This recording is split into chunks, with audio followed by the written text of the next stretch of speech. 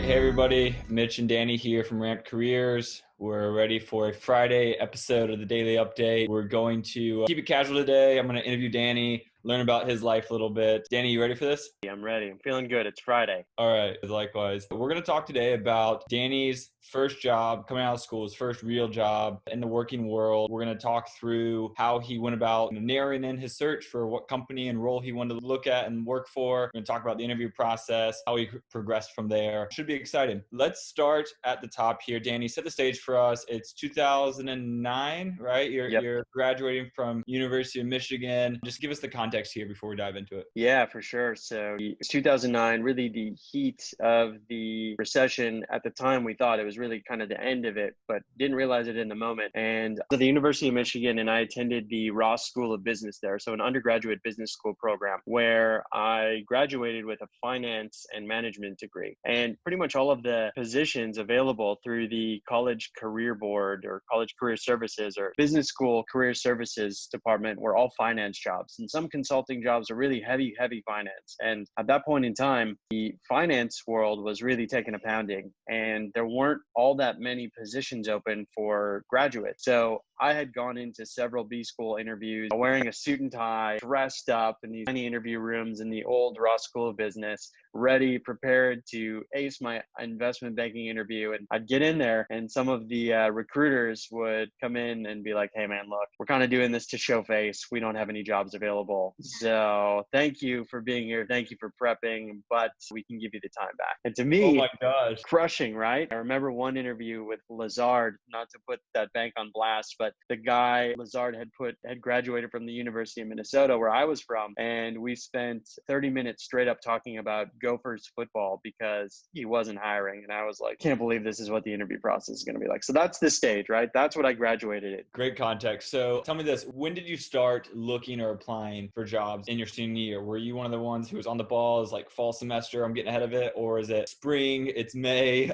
graduation's right around the corner? When did you really start the job search? So B school interviews were pretty aggressive in the fall, and really the summer internship before for some people turned into a full-time position. I was never really set on finance, so I did an investment banking internship in Minnesota at a private investment banking firm the summer before, and I really wasn't feeling it for like a long-term position. So I took the IB interviews pretty seriously in the fall. And then when no positions came, I kind of just put it aside for a little bit and decided that screw it, I'm going to have fun for the rest of my senior year. I'm not going to worry about jobs. And I'm also, to kind of compound the fun, I'm going to work at a summer camp, the summer camp that I grew up going to after school. So I had that locked in. A bunch of my friends were going to work there too. So we all ended up, I took my University of Michigan business school degree and went straight into a summer camp role as a program director at the summer camp I grew up going to. So honestly, the best decision I could have made. It was so much fun. So much fun. Yeah, absolutely. You gotta make it last while you can. So, okay, so you graduate, no role, you're not actively interviewing at that point. You go to work summer camp. At this point, are you still thinking maybe finance, maybe consulting? When did sales start to come in the picture at all? Like, just walk us through how you start the interview process from there. How did you even like navigate that process at all?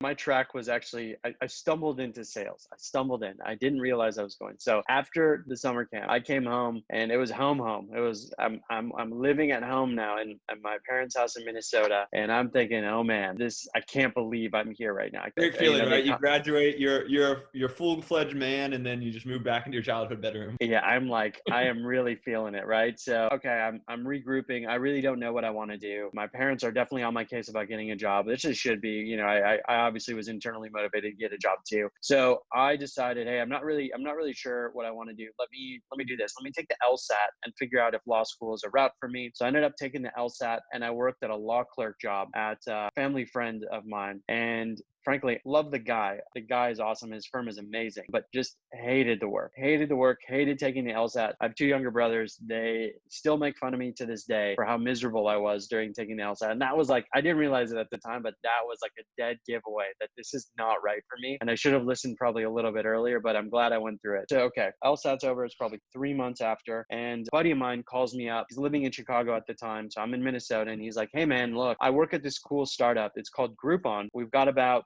25 people. I'm launching the Minneapolis market right now. And I wanted to pick your brain on, all things Minneapolis. I also want to see if you'd be interested in coming aboard. It's a really cool company and you should join. You should check us out. Wow. Okay. Cold call from the buddy out of the blue. That's pretty impressive. Let's pause there for a second though, because it sounds like you, like most people, graduated with a fairly general degree, right? Business, finance and management. Yep. A lot of kids come out of school with those, and you didn't really know exactly what your path was. Any recommendations there on how to navigate that, right? It sounds like what I got out of it is you tried a bunch of stuff, right? You did some interview, you did some investment banking interviews. Those didn't work out for one reason or another, maybe for the best. You tried the LSAT. That's a big try. Like, you studied. Did you end up taking it or no? I took it. Yeah, I took it. Wow, I did fine. that's impressive. I did well enough to get into some, mid-tier, middle upper tier schools if I would have wanted to go. But awesome. I shut that down. Like the emotional toil it took on me, it was bad, man. I did not like it. Well, that's important, right? You got to listen. You got to kind of listen. It's a cliche, but listen to your heart here, right? And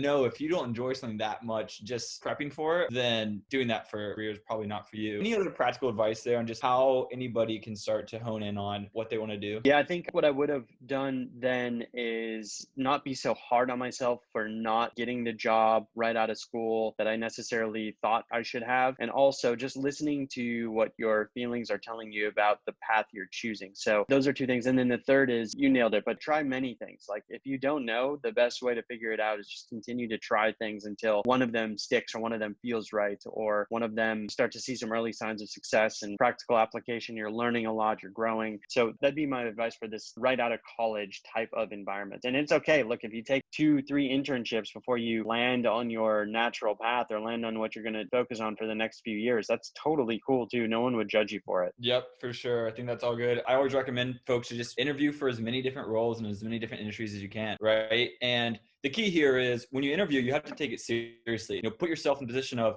pretending like you're going to actually follow through with that career path, whether it's a data analyst or a business, sales manager, whatever the role is. Obviously, you probably couldn't get both of those if you're just going out of school. Put yourself in the real position mentally as if you're going to follow through. And that way, you actually get the interview, you go through, you follow through. But that can give you a good feel, a good sense of, is this a career for me? Yep. You get an inside look at an industry that you probably wouldn't do just by, sitting on your couch. So, okay, great tips so far. Now, your buddy calls you up. Yep. You learn about Groupon, getting in on the ground floor, employee number 25 or so. That's crazy. What clicked with you there? And what was the role that he even offered you to think about? So he didn't really even offer me a role. It was in the role that I would have actually come into the company as. And so I initially looked at Groupon, and I looked at they just had a website with this like funny video online and all the deals that they were running, one deal per city. But it was like a funny video of, it might have been actually, you know what it was? It was a live stream of The Office, and you could see people working, and it was a little bit innovative. But also the thing that stuck out to me right away was that no one was wearing a suit. Everybody was casual.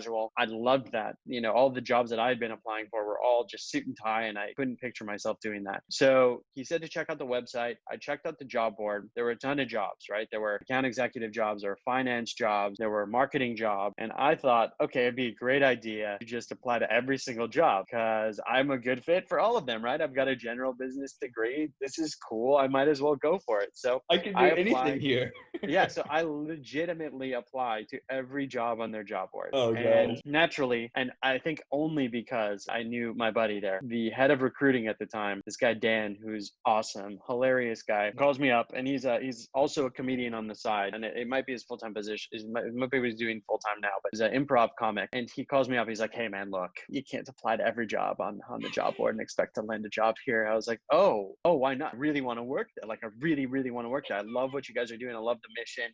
Like, I can see how it just makes sense in my head. You're matching supply and demand. You're offering something at a discount to draw in a bigger crowd. Like, this is amazing. And he's like, yeah, it's not going to work like that. But what we can do, and Jack, so what we can do is we can actually have you interview and talk to me again about an unpaid sales internship. And what that means is pay commission on your deals. You wouldn't get a salary yet. Come to Chicago, cold call our newest market. It was Oklahoma City at the time. And if things go right, you'll come off that internship and you'll get a full-time position at Groupon. And I thought about it for like 10 minutes and I was like, yeah, I'm in. So I called him right back and I was like, all right, I'm in, let's go. Moved to Chicago and took the internship, and kind of the rest is history. I got off the internship relatively quickly and ended up becoming a top performer on the individual contributor side at Groupon. Wow, that is really cool. And obviously, I know how the story plays out. You go on to be a good sales leader there, then move to Square, and then, start your own consulting firm from there. In my mind, it can be such a scary thing to, one, join an early stage startup, and two, join a startup with no base salary, commission only, move to a new city like Chicago. I mean, what's going through your head there? It sounds like you intuitively felt that it would be a good move for you. Maybe we had some sense of, hey, this company looks legit. My buddy works there. Did your parents, were they worried at all? Like, talk me through what just made you take that leap of faith, because it's a great opportunity, right? And that's a great way for a lot of folks to get in on the ground floor of a fast growing, cool company. So all of those things are true. Actually, so a few things. One, by the time my buddy mentioned Groupon to me, it was like around 25 people. By the time I actually had like finished the recruiting process, they were already at 75. So the company was growing. So that gave me a little bit of ease. Two, they had just raised a Series B. At the time, I had no idea what that meant, but they put $20 million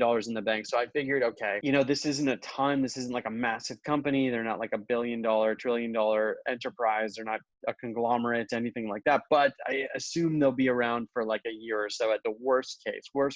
So at least it'll be a good experience. And then three, when I heard about Groupon, just ideas popping into my head on like how I could use Groupon, how merchants could use Groupon, how it could really, really help the broader SMB community, restaurateurs. So like all the local restaurants in Minnesota that I had visited and grown up with, I'm like, oh, this would be perfect for Groupon. And at that point I was like, okay, I'm just hooked. Like, I don't know anything about sales, but I know that I'm really passionate about this idea. So maybe I can learn some skills and apply that passion in a productive way. Obviously had no idea that 3 months later it'd be at 450 people. And a year after that, we would be international and 16,000 people.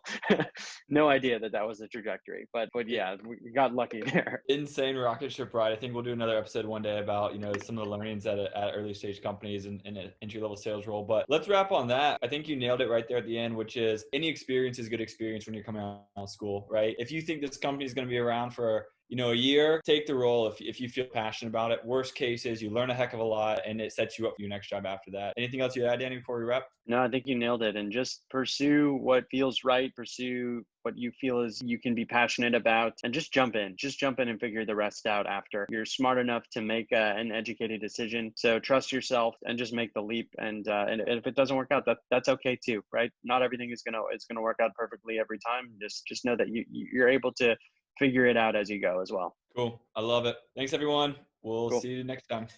Bye-bye.